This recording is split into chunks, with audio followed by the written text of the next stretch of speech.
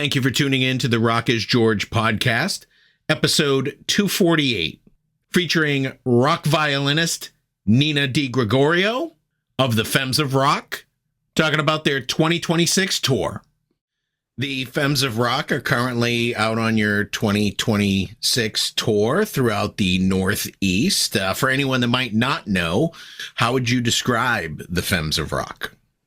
Well, I would tell them that it is a totally unique reimagination of your favorite classic rock songs and guitar players. So, as opposed to a traditional cover band where you're going to see people who maybe look like the original band members or at least are trying to sound like the original band members, what we've done is create original arrangements of this music. So utilizing electric strings, vocals, and our rock band, a lot of high energy medleys that we do. We sing, we comp the solos on electric violins instead of on guitars for most of this stuff. So you're going to hear music that people have loved from classic rock history, only reimagined in a totally different way. You've already got a few shows under your belt. You played a show in Arizona, a couple shows in Illinois. How did those shows go? Those shows were great. We've been going to the Chicago area for many years now, so we have a lot of regulars, and we love seeing everybody there every time we go back. We've been to Arizona maybe twice, but it's becoming a Southwest stop for us, and we love it there as well. And we are extremely excited that we're going to be announcing a very special show in Las Vegas soon.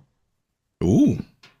Well, before you get to Vegas, you're coming here through the Northeast. You're hitting Waterville, Maine on March 13th. You'll be in Woonsocket, Rhode Island on March 14th, and Norwalk, Connecticut on March 15th. These are regular stops for the FEMMES of Rock. These are markets and venues that have been longtime supporters, correct?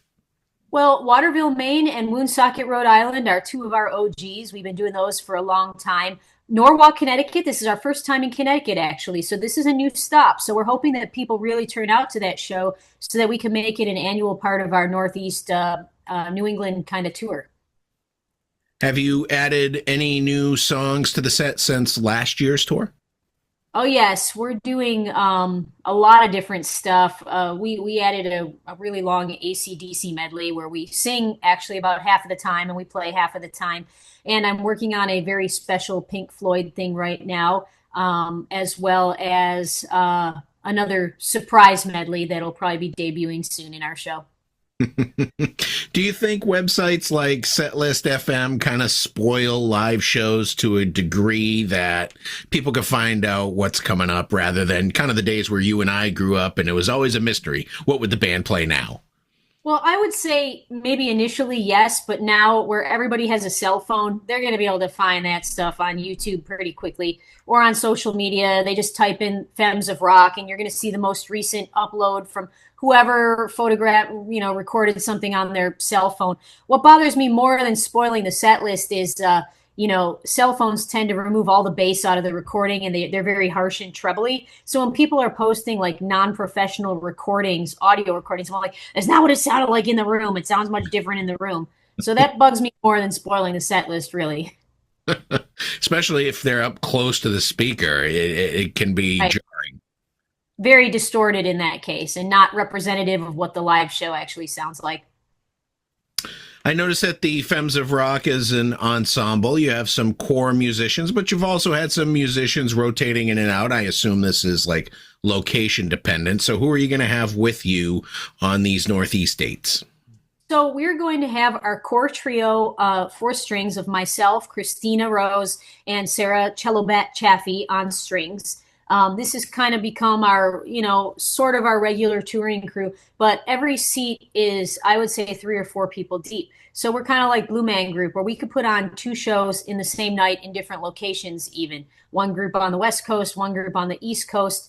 And it's more of like a production show, Broadway show kind of situation where there are multiple people who are capable of playing each chair, even the band chair, the drums, bass, and guitar. Because we don't like, having to coordinate everyone's schedule. So sometimes people come in and out. And what the nice thing that's happened from that, all of the performers have their own personalities and their own following and their own kind of thing that they bring to the stage, and everyone is unique to everyone else. So sometimes when it's one girl on the show, they're like, oh man, yeah, I love that one. Or then it's another one and they're like, oh, that's my favorite. So it's a situation where everyone brings their own positivity to the show in some way. And it's sometimes fun for our regulars who travel to see us all over the place to see a different cast every now and then. I was actually surprised to see that Ginny Luke had been in your ensemble at some point. I had the opportunity to interview her, I think, last year, shortly after I interviewed you. Fantastically talented string musician. Oh, absolutely. Ginny is not only a fantastic violinist, but also a fantastic singer. So she'd done some tour dates with us in the early days. We've worked together in a lot of capacity, not just with that show over the years. And we're going to be doing some more stuff with her in the future because we love working with her. So your current dates run through April. You mentioned possibly a big show in Vegas. Is there going to be more shows along the way as well? Yeah, so actually we're going to be in New England in March. Then we're going to Tuacahn Amphitheater in Utah to play in my husband's show. He's also a singer and a show producer. He's doing a show called Totally 80s Symphonic. So I've helped write the symphonic charts for this show, and he takes like pop songs from the 80s. It's like Cyndi Lauper and Duran Duran and stuff like that with a full symphony orchestra. And we dress up like we're from the 80s, and it's a fun theme show. So the Femmes of Rock are going to be his backing string section for that symphonic show. So that's kind of fun because we don't have to do any of the difficult logistics. We just get told where to be and when, and I don't have to deal with the whole tour and all the details and all the whole stuff. So it's fun getting to do those gigs occasionally where it's not so stressful for us with logistics and everything. After that, we're going to Pennsylvania and Annapolis, Maryland, and that's going to be in April. And then we are going to Florida again in May. And then the summer, we're going to Lewiston, New York, my hometown, which is right near Niagara Falls. And then at the end of July, soon we're going to announce our big Vegas show that's going to be something special. I feel like Vegas would be perfect for the Femmes of Rock. I could see you at some place there playing on a regular basis, not just like once or twice, playing nightly. It would be nice to have a residency in Vegas. We all live here. We all work here. It's where we've spent most of our careers. Vegas has gone, slightly different direction in terms of residencies over the last, 10 to 15 years. I would have said like 20 years ago, we probably would have a residency by now. Now it's kind of gone the way of like A-list artists that come here, and it's more expensive. They're not really all about the affordable entertainment. It's that kind of once in a lifetime entertainment, which we love. Like we've been to the Sphere multiple times, an amazing experience. Like it will change your view of concert experience, but it's not in that kind of affordable entertainment category for everybody anymore. And so, the mid-level entertainment like us, if you haven't had like numerous number one hits on the radio at some point, maybe you're getting one or two shows a year in Vegas, but not a residency anymore. So, Well, you do play those number one songs. I do. I'm just the hired gun that plays on them. I don't, didn't write them, and I'm not in the band for them. But I mean, I've toured with a lot of those artists, or some of our performers do play in the shows in Vegas. Like they need violinists, we play in the shows. But in terms of what we do, I like to have, you can live in that world, or you can have your own thing where you're in charge of booking and you're in charge of when you work and when you don't work. And I like to have that control over my own career. So by producing my own show, it allowed me to take everything I've learned touring with these other artists, but still have my own control over how I promote it, when we play, how much we play, and everything else. You mentioned the Femmes of Rock backing up your husband in his 80s symphonic show, but he also works on the Femmes of Rock show. He's part of the production, correct? He is. He is the person who helps put together all of the tracks that we use, the video content. He's programmed lasers and lights for us. He's really, really smart with production, and he knows how to do it in a really compact way that's easy to travel with. And he runs our front of house sound for us and sets up the show when we tour. And he'll also come sit in with us and sing our Led Zeppelin medley when we tour, because he sounds like exactly like prime Robert Plant. So it's always an asset for him to come sit in and sing Led Zeppelin, because I can't do that. So. Now, Femmes of Rock plays a lot of theaters in the sense, it's got the big curtain. Everybody's got a place to sit. What is the biggest venue that the Femmes of Rock have played? That we've headlined in or that we've played in just in general? Either Um, one. the biggest venue I've played, I mean, we've played stadiums, with other artists when we're playing with, members of us have played with David Foster, Adele, the Eagles, I mean, a lot of stadium bands. But in terms of what we've headlined, I would say we played the Resch Center in Green Bay, Wisconsin. I think it's in Green Bay. It is in Green Bay. And that was maybe like a 9,000 seat venue. And it was like we were with Cheap Trick and Bad Company. So the three of us were on the bill together. It was a really cool pairing because we got to do our set, but then we also got to go play with Cheap Trick in their set. We got up there and played Dream Police with them and kind of accompanied them with live strings. So that was a really cool situation, but that's probably the biggest place other than festivals. When you go to a festival, there's sometimes 10,000 people there. So we've done some of that sort of stuff, but I would say our sweet spot right now is like in the 800 to 2,000 seat kind of places. That's where we're living these days. Now, you mentioned earlier you like having the control and being able to plan the stuff for performances with Femmes of Rock, and you just mentioned that you open for a couple of quite prominent bands. Do you actively seek out touring opportunities with these established bands that go around the country, or are you just primarily focused, it's just going to be Femmes of Rock and we're just going to focus on this? Well, we enjoy both. I really enjoy when we're paired with an artist that's somebody that I listen to, which is obviously the music we play in the show is a lot of this stuff. So we've opened for Kansas. We've opened for Cheap Trick and Bad Company. We've opened for Ted Nugent. We've opened for Lynyrd Skynyrd last year. So these are all bands that like we enjoy the music. We listen to, we cover a lot of this music. And if we don't do it in the show, I've done it on my social media pages where I cover famous solos on electric violin. So I think that we get a lot of exposure when we open up for these artists, and people always love our part of the show. And we gain a lot of fans every time we get to kind of piggyback off of one of the famous artists and open for them. And we don't compete with them because we're kind of an instrumental thing. We do sing, but we're mostly instrumental focused. So I think a lot of these bands don't mind having us on the bill because the fans love it, but it doesn't compete with what they're doing. Right. Exactly. You mentioned your soloing on social media. You started a series of videos called Does It Violin?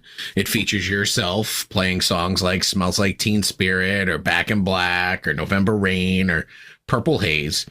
How long does it take you to learn these songs on the violin before you're ready to put one of these videos together? It depends on the song, really. I would say some of them I've known my whole life. I learned them when I was 13 years old. So all I had to do was lay it down and record it. And then in the beginning, I didn't know how to edit my own videos or engineer my own audio recording.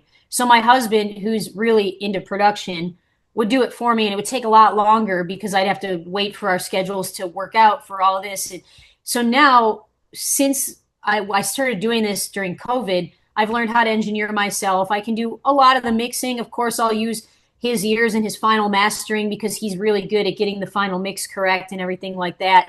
But I can do all of the video and audio recording. I can edit the video to make sure it's like correct in the frame and, to make it look professional. It takes me a lot less time. But I mean, even in the best circumstances where I already know the solo, it's still 3 to 5 hours of work because I have to put a full face of makeup and hair on to record. That takes an hour in itself.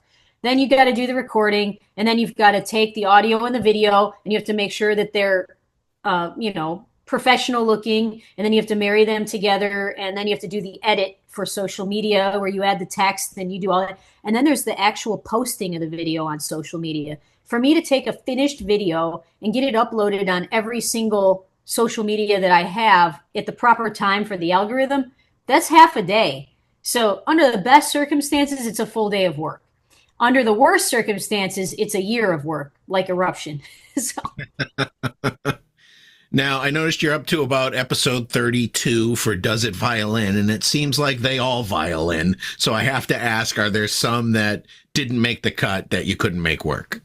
there's none that I haven't put out there, but there's some that definitely work better than others. I feel like Limelight worked really well on violin. I feel like the David Gilmour stuff works really well on violin. I feel like even though the notes are not hard in AC/DC Angus Young solos, translating them to violin, which have different strings than guitars, there's tuned in fifths instead of fourths. Some of the stuff that would be easy to fit in the hand on a guitar is a lot of jumping around. And I just, for the life of me, can't be as cool as Angus. I just can't get that kind of late, it's very hard for me to cover Angus solos because I just can't get the notes are there, but I don't feel like my feel is like his. And whereas I'm proud of some of the other ones I've done, I'm like, okay, I feel like I captured it. I'm still working on it. I'll get it eventually, but I'm still learning with those. Your video and performance of Eddie Van Halen's Eruption from 2024, still going strong. 1.5 million viewers and growing. Everyone on social media seems to have an opinion. What compliment of praise stands out to you that you got for the video? Yeah, that one, it's been uploaded numerous times on various platforms. I think it's now on all platforms over 40 million worldwide views. So it's made the rounds, and it's to the point where, like, if I go to an airport, sometimes there's someone that's like, you're the girl from the Eruption video. That's how many people have seen that video now. I would say the coolest thing about that was hearing from Michael Anthony, and he left a comment on the video. He comments on now a lot of the stuff that I do. So having an actual band member of Van Halen approve of this was really something. Sammy Hagar liked the video on Instagram too. So 2 members of Van Halen have seen the video at least and had positive approval of it. It was featured on Van Halen News Desk and like Yahoo News and all sorts of different entertainment things. And then there's the worst of it. It's mostly just from ignorance. There's people who think I'm miming to Eddie's recording. They're like, there's no difference between. I'm like, well, thank you, because it took me a really long time to sound like that. A lot of work. But then, of course, it undermines the literal thousands of hours that you put into making something like that happen, from making a custom instrument to like learning how to play the custom instrument to finding the correct pedals to transcribing the music to like getting the technique down and teaching your hands how to do it fast enough to actually play it. It was a long process. So I don't like when people undermine the hard work that it takes to do something like that, just to say like, oh, this is AI, or you just mime to Eddie. And all it would take is like a quick Google search. It's like, if you think something's AI or you think somebody's phony, just Google them. If you see that I have a lot of live tour dates and I've played with all these other artists, maybe I'm not AI, like it's not that hard to figure out. So I wish people would do a little more due diligence before accusing others of those artists of those sort of things. And the stats I gave for your video views were strictly from YouTube, 1.5 million. Yeah. I thought it was great that you anticipated I was going to ask you what the worst commentary on the videos were. Thank you for that. Have you gotten feedback from any of your other videos, from Does It Violin videos? Have you gotten the feedback from any of those artists? Well, I would say maybe the coolest experience was the feedback I got from Alex Lifeson about my cover of Limelight. His sister saw the video, shared it with him. He saw it. I ended up chatting with him about it because he was impressed by the cover. And my husband and I performed at Rush Fest, Canada last summer at Massey Hall in Toronto. And Alex invited us to have lunch with him. So we got to have a lunch and talk with an actual legend of prog and rock music, one of both of our guitar heroes. And he's just what you would expect him to be. Every bit as funny and cool and nice that you would possibly expect him to be. So my husband and I had actually done a full cover of that song where the two of us played every instrument and he sang. I played bass and violin and he played guitar, drums, keyboards, and he sang. And so it made it into a few big magazines, like features about the cover. And like I said, it made its way all the way to Alex Lifeson. So that was maybe the coolest thing. And right up there with that was Peter Frampton sharing my cover of Do You Feel Like We Do, my Talkbox cover. He shared it on his Facebook and his Twitter page with a really nice compliment. I didn't meet him in person, but it was super cool that he shared it, and I had his approval of that cover of that. I've also heard from a few of the other original artists. Richie Sambora shared my cover of Living on a Prayer, complimented it. Neil Sean liked one of my covers of his solos from one of the Journey things that I did. There's been a few really cool situations. Brian May liked one of my solos. I was like, "Are you kidding me?" you know. So it was those sorts of things make the haters easier to deal with because it's like, okay, this guy thinks it's stupid and he's saying something horrible, but like the original artist complimented it, so it's good enough for me. I hope you saved Alex Lifeson's number so you can get Rush tickets next year. Oh, we're going. We already have tickets to Rush. My husband and I are. He'd seen them before, but I didn't get a chance to because the last time they toured was so long ago. So this is like the first time I'll have the opportunity to see them. Unfortunately, without Neil, but I'm also very excited for the new drummer that they have because she's an amazing musician, and I'm really interested to see what kind of new style she's going to bring to the band. I mentioned earlier you did a Does It Violin for Purple Haze. It was actually Jimi Hendrix that inspired you to do this rock violin thing, correct?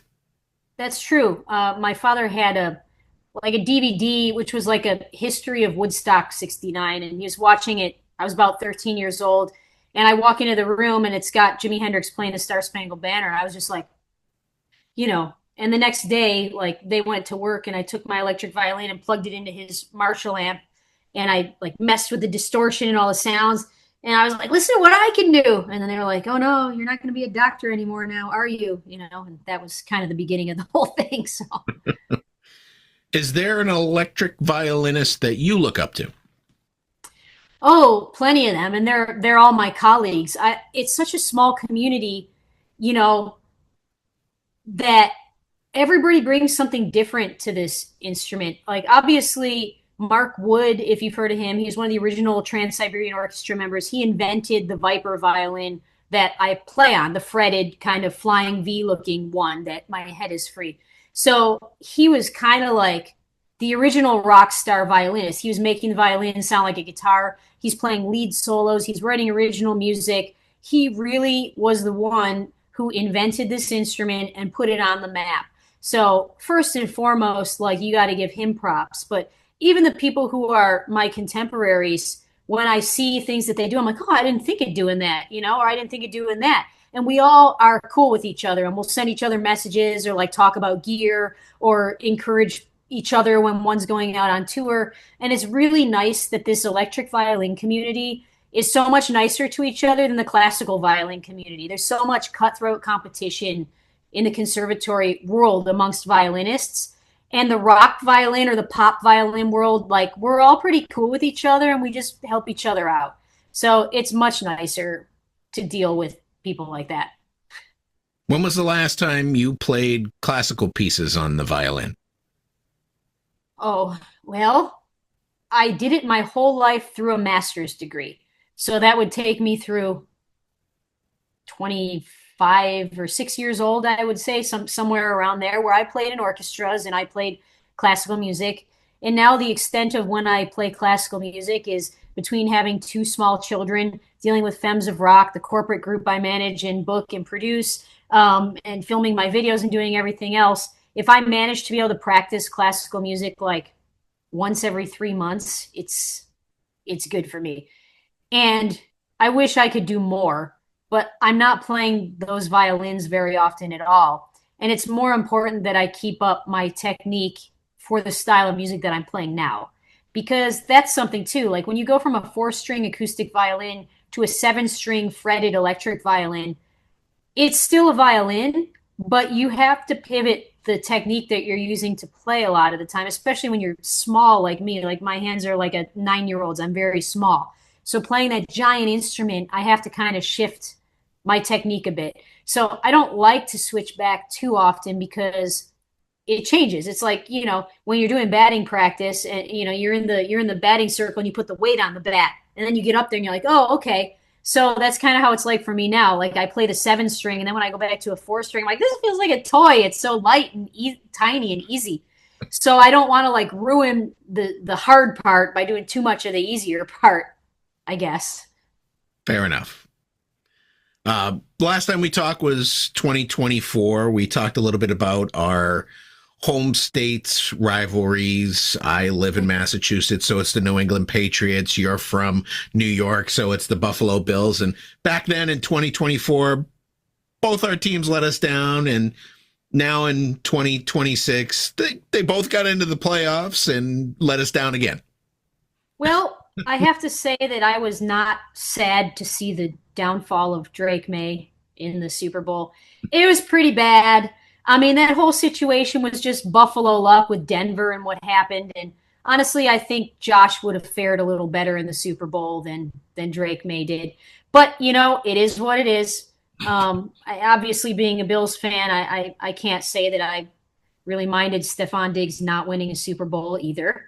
But I do think that Mike Vrabel is a great coach. I think that Drake May is very talented, and he's going to be difficult in years to come. But he's also, in his first few seasons, there's going to be ups and downs. So, like, this whole, he's the next Tom Brady. Yeah, give it time. Like, even Patrick Mahomes is not the next Tom Brady yet. So, you know, give it time. Anyways, I have a respect you know, for what they're building with the Patriots. Although I think that it's hard for anyone who's a football fan to not want to see Josh Allen win one. I mean, he's a great guy. You know, he's the Labrador Retriever of the NFL. Everybody loves him. So he's got to win one at some point. I don't watch a lot of football, but I watched the playoffs this year, and I saw Josh Allen in action probably for the first time. And just unbelievable. And listening to the commentary that he's banged up and he's hurt here and he's here that and he's running and he's diving and he's doing all these things. I was very impressed with him. And I watched the Patriots and I'm like, they just got lucky through this whole thing. I'm like, there's no way they win the Super Bowl. Yeah, I knew it was going to be the NFC. Like, I knew it was going to be either the Seahawks or the Rams this year. It was just kind of evident that they were the most consistent throughout the year. And I watch a lot of football, not just the Bills, you know, and you watch those two teams and the offensive plays that they were calling. It was always the right play at the right time. The coaching was a step ahead and the development of the talent was a step ahead. I was frustrated with a lot of the Bills' offensive calls this year. I felt like they could have done a lot better with some different scenarios. But I kind of did know that it wasn't going to be, you know, on our side of the things, the winner of the Super Bowl this year. Well, when you come up here to New England next week, I wouldn't wear too much Buffalo Bills apparel because they'll rib you on it. Oh, well, you know, this has kind of become my thing. Like, I'll wear it on stage to a stadium full of Red Sox and Patriots fans, and I'm a Yankees and a Bills fan, of course, and I'll jab at them, but then we always, like, this is just our thing now. It's like a love-hate relationship. So I feel like I've ingratiated myself to our regulars enough that I'm allowed to do that. But the first time I got up there and made a joke about Tom Brady and his deflated balls, everyone was like, you know, now they know me, so it's okay. But back then it was, you know, trying to break in with the humor. So does the Femmes of Rock or yourself have any plans to put out any recorded music? Yes, it's funny that you ask that because we did put out a little like EP, 5 songs, 6 songs, something like that. When we first started, it was back in 2018. We weren't really touring extensively yet. We didn't really have the means to do a really great recording yet. So it was just kind of like our little toe in the water thing. And we've been selling that one for years. And the reason we haven't gotten in the studio sooner is because we always have live tour dates going on. When you're traveling, it's really hard. You need a consistent chunk of time to finish an album. So now we've run out of physical copies of that album. And we're at the point where I got nothing to sell when we go to shows as like a souvenir for people unless I record a new one or reorder that one. And I don't want to reorder an old one again.